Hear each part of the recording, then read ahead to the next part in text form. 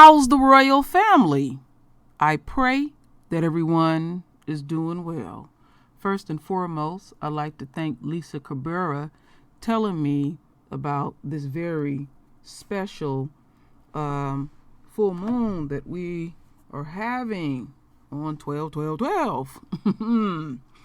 So my royal family, I did do some research about it, and we gonna jump right into it. So we're gonna see what this is all about. I have a few videos to show the royal family and a few things, and then I have a very special meaning of the number 12. So this special full moon is called the full cold moon. December full moon rises on Wednesday, December 11 into Thursday, December 12, 2019. Plus this month, full moon shines during the Gemini meteor showers, and I'll show all of that. The original, Old Farmer's Almanac will reveal everything you need to know about the full cold moon and what makes it special. Technically, the full moon reaches peak fullness at 12/12 on the 12th of the 12th month, Thursday, December 12th, in all time zones. West, the moon rises on Wednesday, December 11. So Wednesday evening will be the night that the celestial orb will appear the most illuminated. Look for the full moon to appear above the horizon just before sunset to find the exact time that it will be visible in your area. You can consult on our moonrise calendar, and I'll put that link there. And all you have to do is put in your zip code, and it'll tell you exactly what's really going on. What makes this full moon special? It's most distinctive for its high trajectory across the sky, causing the full moon to sit above the horizon for a long period of time. Of course, this year also bring some shooting stars. The Gemini's most active meteor showers of the year give us another good reason to look skyward this month. They will be seen every night for a period about 2 weeks in early to mid-December, but they typically look their best on the night of December 13th when the showers is most prolific. Unfortunately, the bright moon will be full just one night prior to the Gemini's peak this year, which will make it a bit more difficult than usual to spot them. Nevertheless, it's worth stepping out into the cold night air to look for the meteor starting around 9 p.m. on Friday, December 13th. Look away from the moon towards the darkest part of the sky. Okay, all that other stuff. They say I don't believe in wishes. Make prayers. I believe in prayers. And then this just gives it a breakdown. And let's see here.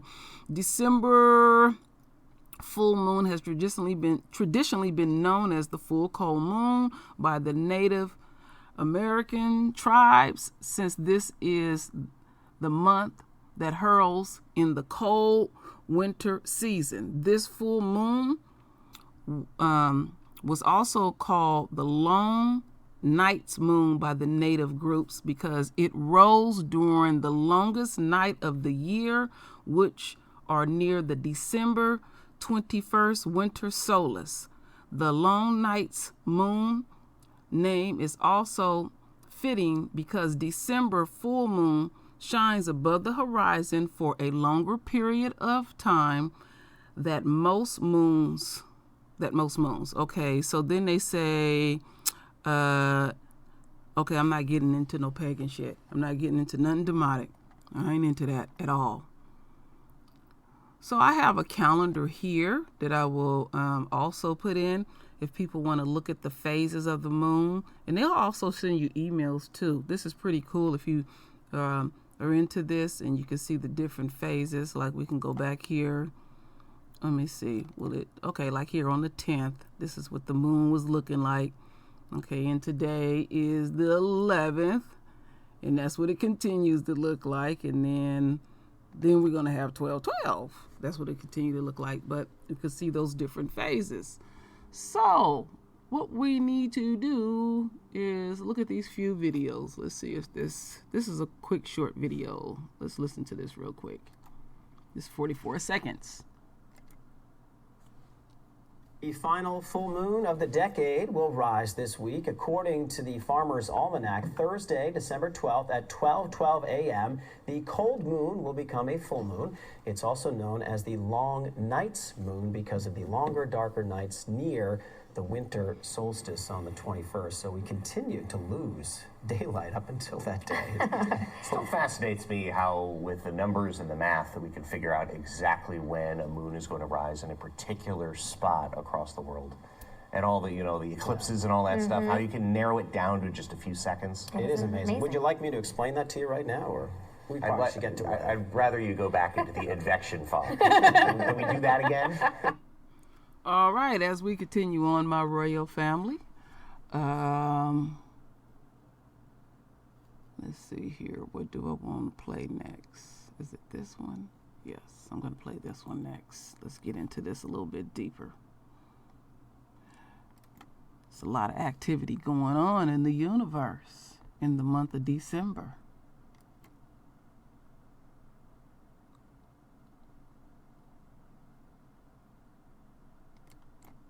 Let's see if we can get this thing going. Oops.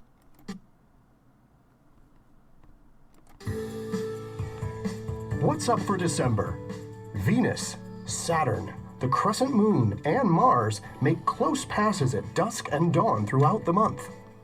December starts off with a lovely string of pearls, with Jupiter, Venus, Saturn, and the crescent moon forming a lineup at dusk on December 1st. You'll need a pretty clear view toward the horizon to see Jupiter, which is setting soon after the sun these days. Look for an unobscured view toward the southwest about half an hour after sunset. In the middle of December, watch each evening from the 9th through the 13th as Venus and Saturn just skim past each other, with brilliant cloud-swaddled Venus rising higher in the sky each day. Early risers can catch a glimpse of the red planet being visited by the slim crescent of the moon on December 22nd and 23rd. To see them, look toward the southeast about 45 minutes before sunrise. You'll see the moon above Mars on the 22nd. By the 23rd, it's moved below Mars and a bit toward the east. At the end of December, you won't want to miss a dazzling pair-up of Venus and the crescent moon. On the 28th, look low in the southwest sky at dusk to find Venus hovering in twilight just above a slim lunar crescent. NASA's space missions explore the moon and the planets of our solar system to answer fundamental science questions about where we come from, where we're going, and whether we're alone. Here are the phases of the moon for December. Follow all of NASA's current and future missions at nasa.gov. All right, my royal family, I wanted us to get the speed on that so we can know the other things other than just the full moon.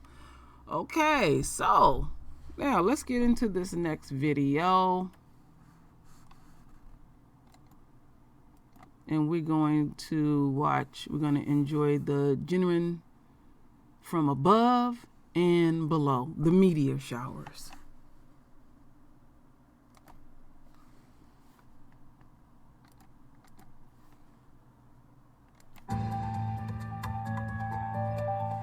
Enjoying the Geminids from above and below. Presented by Science at NASA. On the night of December 13th, into the morning of December 14th, 2018, tune into the night sky for a dazzling display of fireballs. Thanks to the International Space Station, this sky show, the Geminids meteor shower, will be viewed from both above and below. Skywatchers on the Earth will be sprawled flat on their backs, scanning the skies for fleeting streaks of light or meteors from small particles or meteoroids burning up as they plunge into the atmosphere.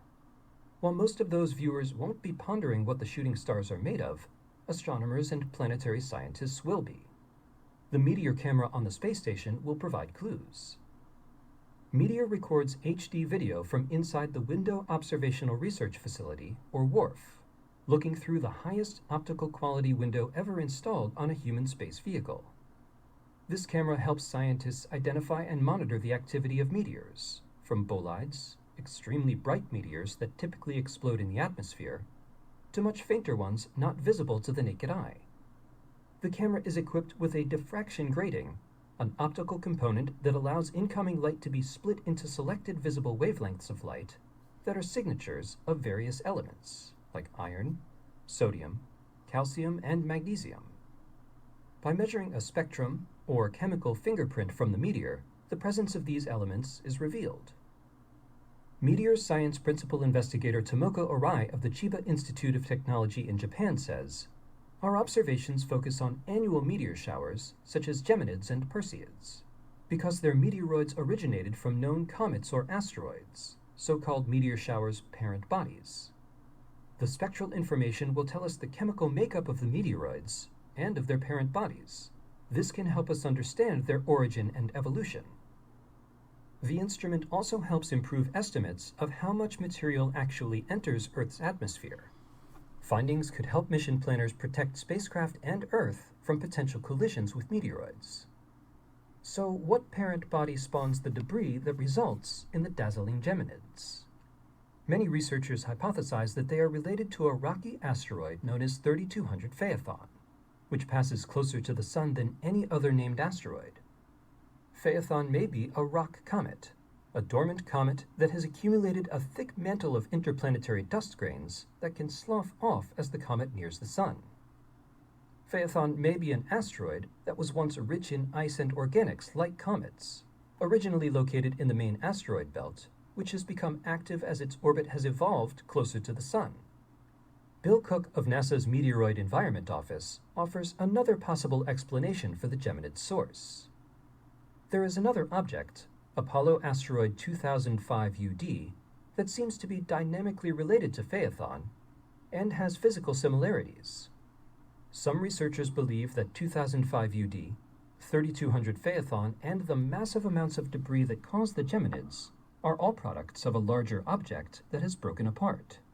Researchers continue to debate the cosmic drama underlying the Geminids. Meanwhile, Cook gives this advice. Best viewing is Friday morning around 2 a.m. your local time, after moonset. In the suburbs, you could see around 40 to 50 meteors per hour. Under ideal conditions, you could see about 100 meteors per hour. Darker is always better when viewing meteor showers. For the full spectrum of science underway on the space station, go to www.nasa.gov. Okay, my radio ISS family. Science. So as we continue on, I'm going to go to the word. You know, I often talk about the number 17. Wow. The number 12. 12 can be found in 187 places in Yahweh's word. Revelation alone has 22 occurrences of the number. The meaning of 12, which is considered a perfect number, is that it symbolizes Yahweh power and authority, as well as serving as a perfect governmental foundation. It can also symbolize completeness or the nation of Israel as a whole. And I will put the link in that. So what I was thinking about, my radio family, is we have came out of our captivity. Now, that's a process, because of coming out of our captivity, And there's more. I'm getting a lot of people sending me videos, and I have one bonus video that I meant to say that I was going to show y'all. A lot of us have been getting a lot of sightings of chariots, and I truly feel like they are prepared to come and get us. And when me and Lisa was talking about number 12, there's 12 tribes, there's 12 many things, there's 12 on the clock, there's 12 zodiac signs. We can go on in 12, and I want people to please, because I can't remember everything that's 12, share with the royal family what is there 12 of that has a very strong meaning for us and us only. And so when I was showing Lisa a video of the chariots, she counted 12 lights. And I had told my son, I said, when they come and get you, make sure you count them lights. Make sure they say 12. We don't want to get on the wrong one. Truly, we don't. But what's amazing to me is that's a very important number to us. And that number still is around, always been around. Our Father put things around to let us know He keeps His word. We all assign numbers. And anybody that know their number, know they see it damn near every day and possibly even hear it. So again, it can also symbolize completeness or the nation of Israel as a whole. And what gets me is when it says it symbolizes Yah's power and authority, as well as serving as a perfect governmental foundation. So let me pull up this last one that I didn't, this bonus video I want y'all to see. And I thank you, Tremel Taylor, for doing what you do. Somebody had filmed a chariot. This one is much closer than the last one that I had showed y'all, and this is 1 minute and 26 seconds. So let's blow this up and let's take a look at these beautiful chariots.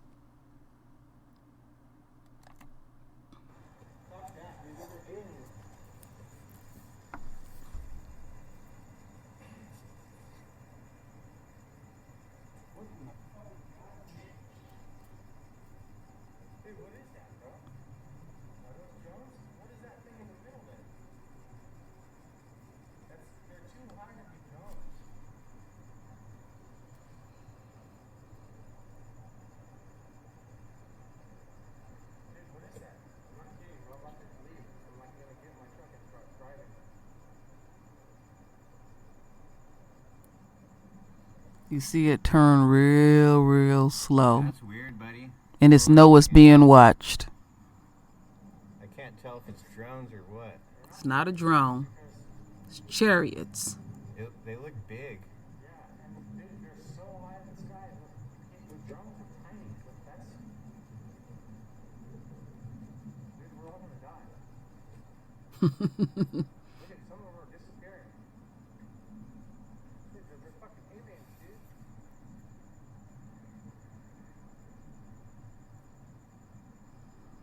Am I freaking out, dude? What is it? Am I tripping? What is that shit, dude? Oh, I'm not gonna keep your beer. I can't trust you. What is that?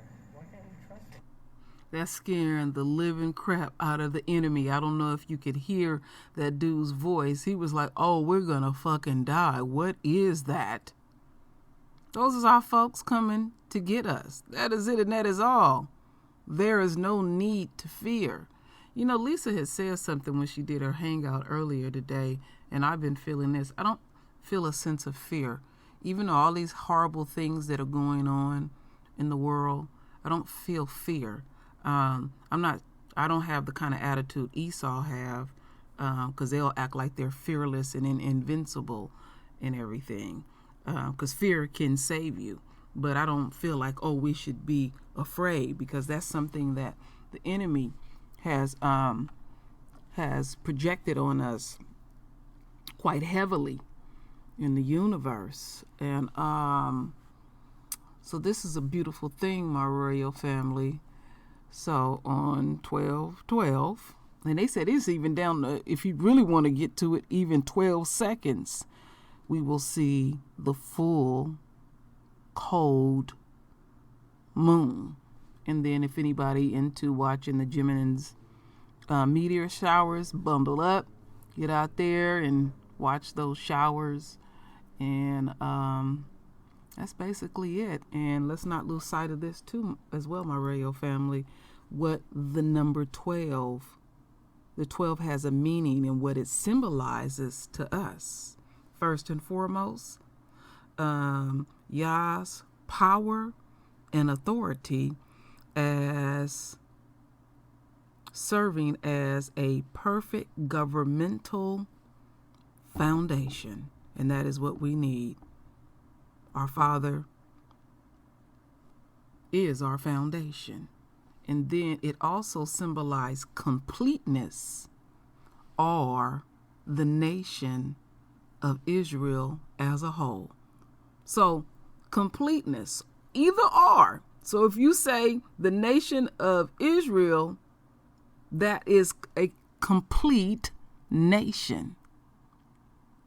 So all these tribes, when we come together, that's complete, totally complete. And then in here, because I know some people like to study things, this will be here because it tells you more about things related to 12 and all of that. And then I would love for someone or many people in the royal family to share, that number 12. And it's around us all the time. Our Father is just literally here. Sometimes, like when I say I see the next dimension, and we give names to things, and I have always said when I first came here, I know that I'm not saying things correct. I'm most humble. And when I started first seeing the next dimension, I called it God's essence. Now I call it Yah's essence. Because I see lots of energy, and I can even see it in the house. But when I'm outside, I see the little streaks of teeny lights and stuff. But that's a beautiful thing. So again, 12 symbolize completeness, or the nation of Israel as a whole. So my royal family, render your voice with your beautiful divine words. And it's always my royal family. I thank you for your love. I thank you for your support. And with that said, Ashe.